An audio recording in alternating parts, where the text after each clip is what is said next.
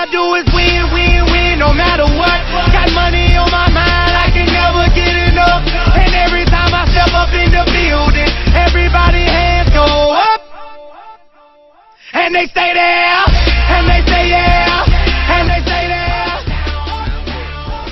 Once again, just finishing dropping off the kiddies at school. It's 8:42 a.m. and I think today's Friday. I don't even look. I don't keep up with the days of the week. That's just the kind of person I am. To me, every day is like a Monday. So, because we grind every day. So let me get out of carpool, or what do you call this? Carpooling line. That's what it is. Can't even talk right. Too early. Hope you guys has had a great week so far. We've been busy. We've been preparing for our first all Spanish meeting down here in Raleigh. It's gonna be this Sunday, and the sun is right on my face. I know you guys like to see me, but you know, sometimes I come across people, and I'm the type of person that I like to ask them questions. I like to ask them questions, and I've been asked this question a lot. What is your purpose in life in general? And that's one of the hardest questions, in my opinion, that one could answer, because it's one of those that you're not ready for unless you mentally are prepared for it. But you know, growing up and going through all the hard times that we went through with my parents, you know, with my family, growing up in Connecticut. You know, I was born in Puerto Rico. I was raised in Connecticut. Connecticut, in the town that I lived in, was a town called ORALEHOMESNC. And to be honest with you, that town has nothing good to give to anybody, especially if you're young growing up. Only bad stuff happened in that town. You know, maybe that's the reason why I never go back to Connecticut. I think after being a full grown up, if I've been back twice, it's a lot, because you feel the environment, how heavy it gets the minute you go into that town. And that's the kind of town that is. And I thank my parents for that part, that they decided to leave Connecticut and took us to Florida. I was young, and at that time I was doing bad things because I was being influenced by bad people, you know. So if we would have stayed in Connecticut, my life would have been probably either dead or end up in jail like a lot of my friends did. So that one specific question, what is your purpose? You know, now that I'm an adult, I think, you know, honest to God, I think my purpose is to help people, because I get joy from doing it. There's no better feeling in my heart after I help people. And I don't mean the people that are constantly asking you for money. No. Because that's not, you know, them asking for true help. That's just them being lazy and whatever it is. Because they're constantly, and then they think you're an ATM machine. What I mean is the actual people that need help because somewhere in their life something drastically happened and they have no way out. They can't find that light again. And I'm gonna tell you a story about what happened yesterday. And I'm not telling you the story because I'm tooting my own horn. I'm telling you this story because what happened last night to us moved me. It almost broke me. Almost made me cry. And I'm 39 years old. And I can't remember the last time I cried. But something happened last night and it did. So yesterday, my wife and I were out and about driving, and we're near our, one of our kids' school, the middle school. And I pull into the street, like a little shortcut to get faster to the school. And I see a wallet in the street, and I'm like, I tell my wife, that's a wallet. It looks like a wallet. My wife says, turn around and see. And I turn around and I pick it up. Sure enough, it was a wallet. Now the wallet, we go through it. Obviously, you pick it up, you want to know whose it is. It had an ID in it. It had a social security. It had a bunch of little, cards here and there. So we knew we know who it belonged to. So,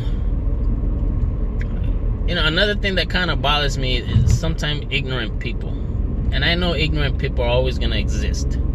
I know that. Because I woke up this morning, and the first thing I look at is Facebook, and I found an ignorant comment from some random guy on Facebook about one of our meetings. And I'm going to talk about that later, maybe, if I remember. But going back to what happened yesterday, my wife says, well, I'm going to put it on Facebook. Obviously, she's going to block out names and important parts of it. But she takes a picture and puts it on Facebook. And people start commenting.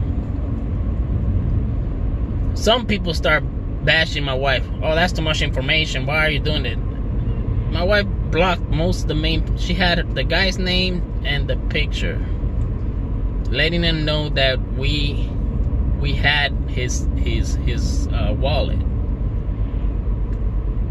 And then there's other people that are nice and say, they talk crap about that person that's talking junk to my wife. The address was an address that was about an hour away from us. And then they start saying, why don't you drive out there to deliver it? If we found this wallet an hour away, and the address, my address or a lot of people's address is not the right address where they live, because they don't, we don't change it all the time unless the license is going to expire. Then you're forced to change it. So people are just dumb, right? And they start talking crap to my wife on Facebook. So there was a nice guy whose uncle happens to be a PI.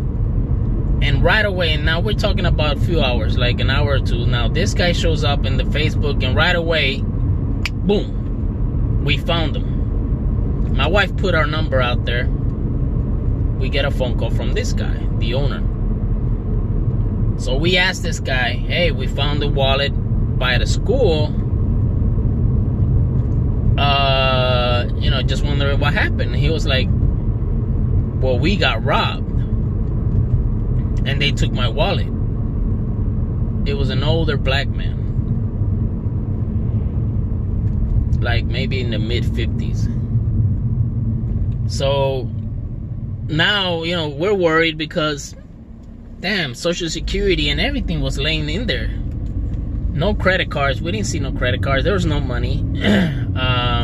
He had money. He had $200 in there. So he calls us, and then we set up a place to meet him. We left the house. We drove 20 minutes back to the school from where we live. And we find out that this guy's riding a bicycle. He doesn't have a vehicle. He doesn't have nothing. He's only been here in North Carolina for 2 years. Doesn't know his way around yet. Works at a fast food joint. We ended up meeting him at the place where he works at, which was about 2 miles away from the school. If you're walking, it would have taken him a long time. We meet him at night. It was it wasn't night, but because of the time change, it was dark. But it was around 6. We ended up meeting him out there around 6 o'clock. And this guy is grateful as could be. Riding a bicycle. It's cold out. It's about 30 degrees. It's cold out, and he's riding his bicycle. And obviously, the first thing I do is I want to see his face, and then I'm gonna compare it to the license before I turn that thing over to him. When he called my wife, he was making the police report at that time. When he found out, he got the call from the PI. he was at the police station filing the report. So we meet this guy, and older guy, reminded me so much of my dad. Then he tells us, you know, that they got robbed. They got robbed, and all he had in his wallet was $200. They got robbed. You could see this guy's eyes tearing up. So, you know, we start talking, and he's like, and I'm like, well, you know, the driver license says Durham, which is about an hour away from us. And he was like, yeah, I know, but I've only been here two years, and the only thing I do is I wake up in the morning, go to work, make biscuits at 5 a.m. for people. Again, it's a fast food joint he works in, probably getting paid $7 or $8 an hour, maybe, if that. So he's telling us a story about it, and all I keep thinking about is my dad, you know, because my dad put some value on me when I was little. He did. One of the things my dad always said was, you know, look after the people and do right by people, because when you do that, when the day comes, God is gonna look after you. And I'm not a big religious guy, but there's a lot of things that my dad told us that I remember, you know, and that's one of them. And I'm over here dealing with this guy, grateful as could be, hugging us, thanking us. He says, I don't even worry about the money, but the things, my IDs, the thing that I got in there is what I worry about. And I'm over here. I asked him, how much money did you have? How much money did they take from you? He was like, oh, $200, but I'm not worried about the $200. I always carry a little bit of cash in me. I had $100 bills. I gave him $100. I did it without thinking. The thought that came to my mind was that was probably his paycheck. Whether or not this guy has a family, that's probably what they depend on. That $200 that he had, that could change his life. Now he lost it because they got robbed, and that's gonna put a hole in this guy's family or himself. That could drive a man to do some weird, crazy things, especially this time of year, which is the holiday season. And there's a lot of deadbeats out there doing this kind of crap to good, honest, hard-working people. So I got my wife next to me. We're in front of the fast food joint where he works at. He pulls up in a bicycle, and he's talking to me, but the only thing I keep thinking about is my damn dad, you know? My dad. So I just pull out $100 out of my pocket, not thinking about nothing. You know, we're a blessed family. God has been good to me. God's been good to my family. Even when we've had nothing, little to nothing, we've always had a place to stay. We've always had food on the table. When I did that, I'm not even thinking about it, this guy jumped on top of me and started crying. Grown ass man. Started crying, hugging me. Like a kid, like a baby. Crying. I had to hold myself. I had to keep it together. Because I'm emotional. I'm an emotional creature by nature. I'm Latino. Latinos are emotional regardless. And to see this grown ass man holding me like my parents probably never held me before, crying his ass off. Not only did he did it to me, he did it to my wife as well. Crying on her shoulders like a baby would. That almost broke me. Now at that moment, at that very moment, I realized what my purpose is here. You know, I do a lot of videos on Facebook about what we do for a living. I just did a video about my wife. I've never done a video like this before, But there's no better feeling than to be able to help somebody from the heart. My wife, she didn't even notice. I mean, she was like, I didn't see that you gave him $100. I mean, she saw that I gave him the $100, but she wasn't expecting it. And I have a few $100s in my pocket at all times, you know, and I just wish I would have given him more, to be honest. On our way back, my wife grabs my hand and she says, you know, you did the right thing.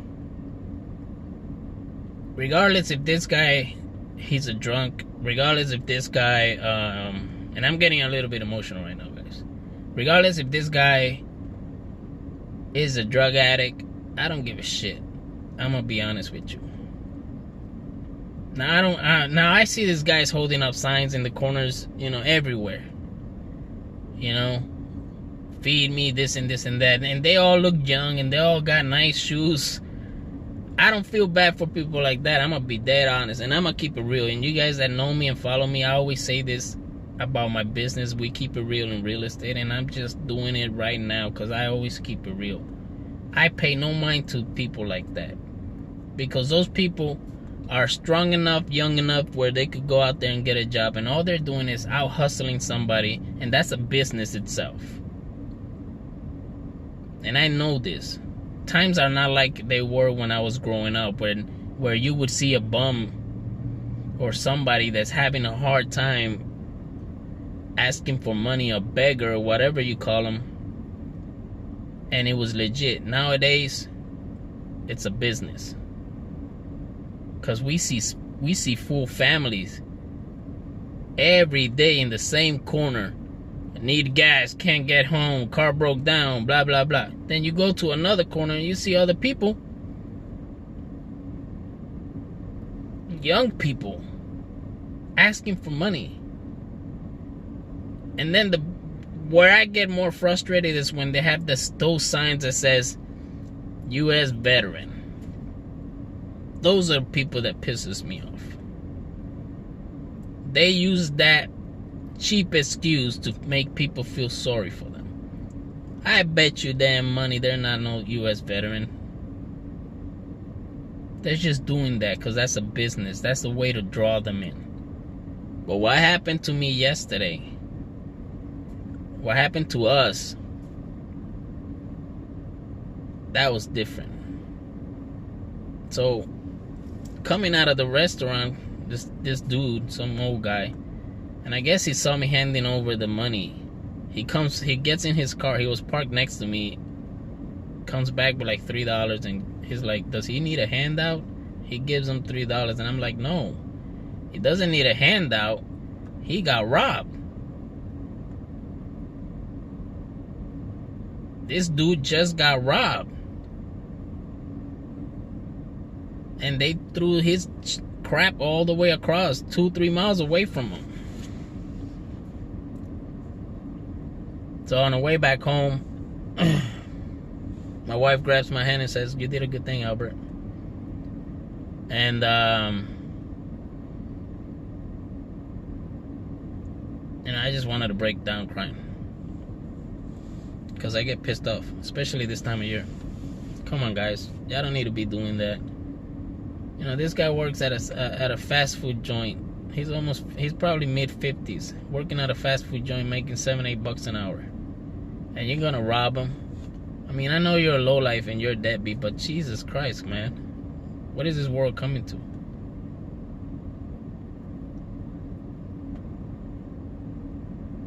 The guy was in bicycles, for God's sake.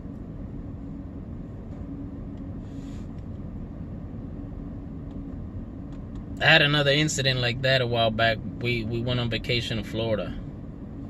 And I don't know if it's just God that puts these people in front of me for a reason, or I happen to be there at the right time or the right place, but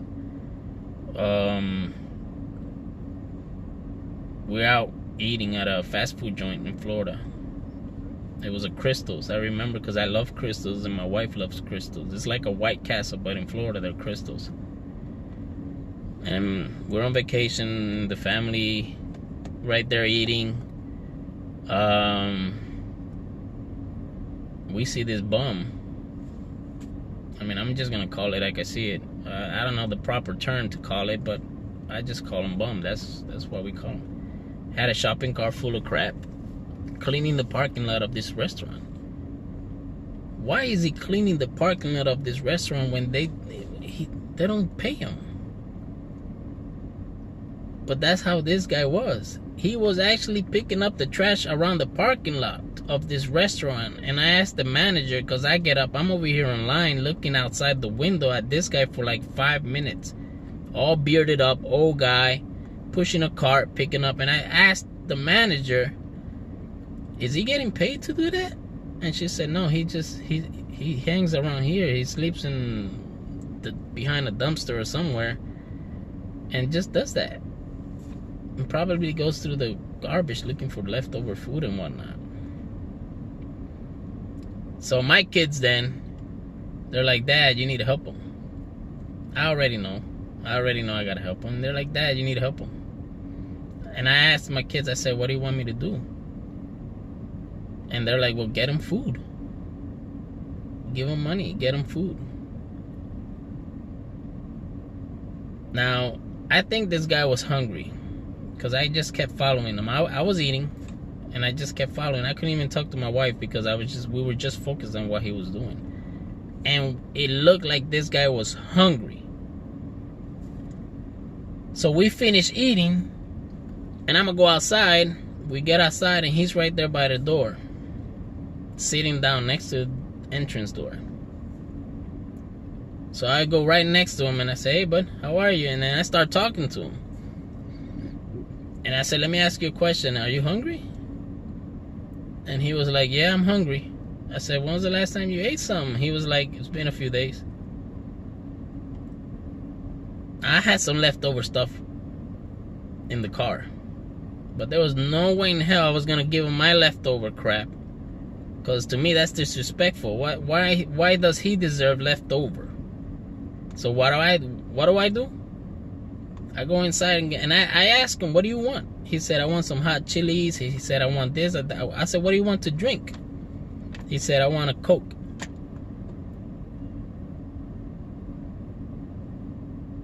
I said, if there's no Coke, are you good with tea or something? You want something warm? He said, no, I just want soda. Okay, all right. So I go in and I get like one of each. I got like 6-7 things for this dude, and the biggest bowl of chili, because he said he wanted chili. I got him the biggest bowl of chili with the biggest soda, and I give it to him. This guy's hugging me, thanking me. And I do this, and I don't do it to toot my horn, but maybe God just happened to put me there at the right place at the right time, because he knows how I am. Then he tells me a story, and he's like, you're not gonna believe it, but life has hit me so hard, and I am where I am because of life. And then he tells me that he used to be in this band. He was part of this band, and they're on YouTube. They got videos. It was a well-known band, and he was like, look me up on YouTube. You got a phone? So he gives me the name of the band, and sure enough, when I get inside my car, I look him up, and this guy was clean cut, nice looking dude, older, nice looking, clean cut guy. He didn't look like that guy. That guy had, he looked like Duck Dynasty person, bearded out, all rugged and shit, hungry as could be. And I always tell him that, I like listening to inspirational videos and motivational stuff like that. And I tell him, listen, life is always going to hit you hard. I tell him, but just make sure that if life hits you hard enough to knock you down, that you land on your back and you're looking up. Because if you could look up, you could get up. And that's something that one of those, I think Eric Thomas, another inspirational guy that I listen to all the time, says it all the time. If you could look up, you could get up. And I live by that. because life has hit me hard too. Trust me, guys. You guys don't know my story yet. One day you'll hear about it. Life has hit me so damn hard that if I was weak-minded, I'll probably be out there collecting cans or picking up trash around the fast food joint, even riding a bicycle. But because I have God, I have my family, you know, I have my wife, and just because I've trained myself to be the person that I am today, I've mentally changed that part. I'm not gonna let life hit me that hard, because life has hit me hard. And one day you'll probably read about it in a book or something. Not today. Not today. So with that being said, it's been like 20-some minutes. I don't like to do my videos longer than 25 minutes, but you guys be safe out there. You know, it's that time of year where idiots are doing stupid things, and just be careful.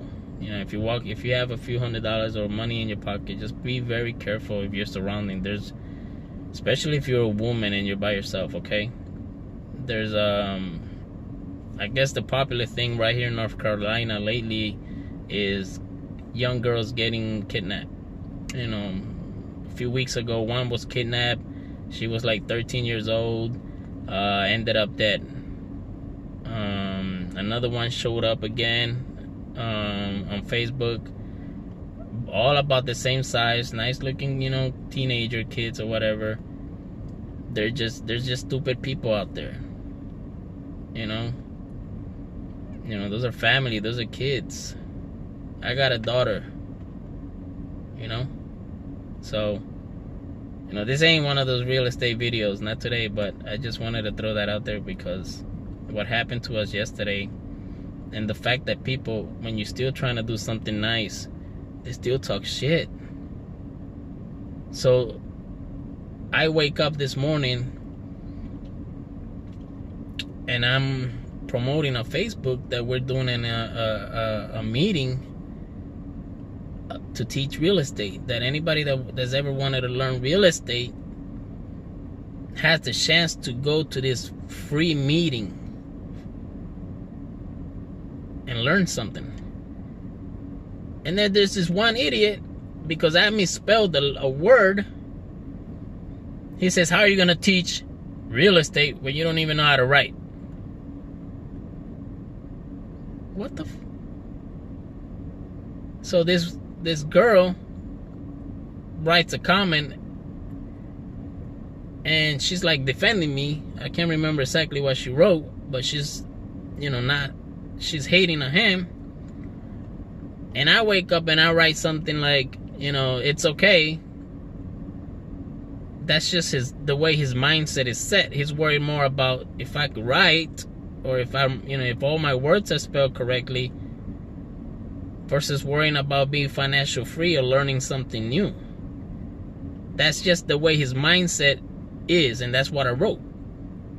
He hasn't written back. Sometimes you gotta kill him with kindness, but there's just people out there that are fucking dumb and stupid, and you know, I apologize for me cursing, but I'm keeping it real. They're just stupid. You try to do something nice, and there's always one idiot out of the bunch.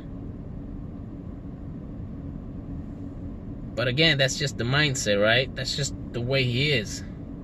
Maybe this guy is the grumpiest guy ever. Maybe his life sucks, but he don't know a way out. He don't even know when opportunity is knocking. So,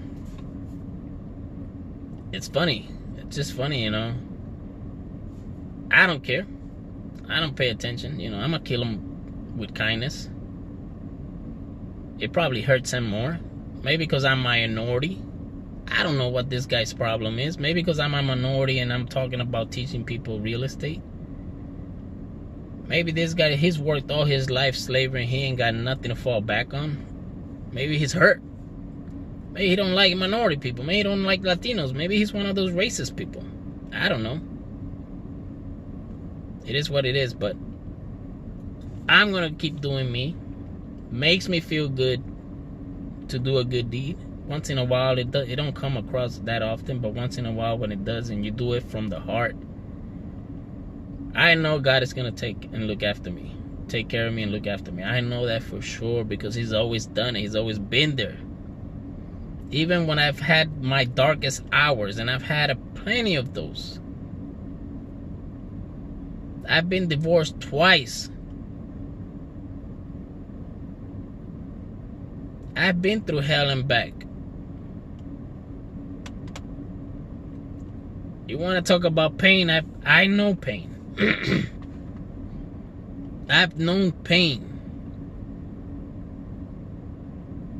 But what I do is I take that pain and I turn that pain into a reward.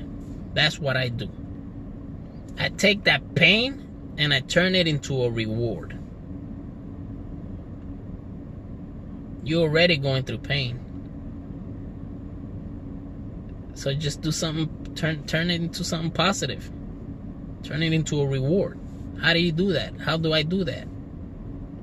By being who I am today, by changing my mindset, by going through all those hard times, and at the end I saw that light. And even if that light was so far away and I felt like giving up a million times, I never gave up. If I would have given up, I would not be here right now. I would not be the person who I am today. I would not be helping people make money. So it's all about the mindset, right? Anyhow, thank you guys for listening. Sorry this ain't one of those real estate videos that I like to do, but it was just bugging me, and what happened yesterday really moved me. This guy, having a grown guy like that cry on our shoulders, God knows what was going through his head. Maybe this guy could have ended up taking his life. People get depressed. We don't know. People get depressed and do stupid things like that. Maybe I saved them. Maybe my wife and I, we saved his life. I don't know. I would never know. But I'll tell you what I'm going to do. I'm going to follow up with this guy. Sure enough, I gave him one of my cards, and guess what I'm going to do? I'm going to try to help this guy out of the situation he's at. That's my goal now. I'm taking that as a personal challenge I got to do. I've done it before. Why can't I do it to this guy? My goal is to help this guy as much as I can now. Today he's riding a bicycle. Tomorrow he's going to be in a car. Today he's working a fast food joint. Hey, he could have his own real estate business tomorrow. If God put me in front of him for some reason last night, I'm definitely going to find out. I'm not just going to walk away and forget about him. I'm going to go back to every so often, I'm going to go back to where he's working and touch base with him, and I'm going to start teaching this guy about real estate, because it's what I know how to do. It got me out of a bunch of binds. It got me out of that dark hole I was in years ago. It sure enough could do it with him.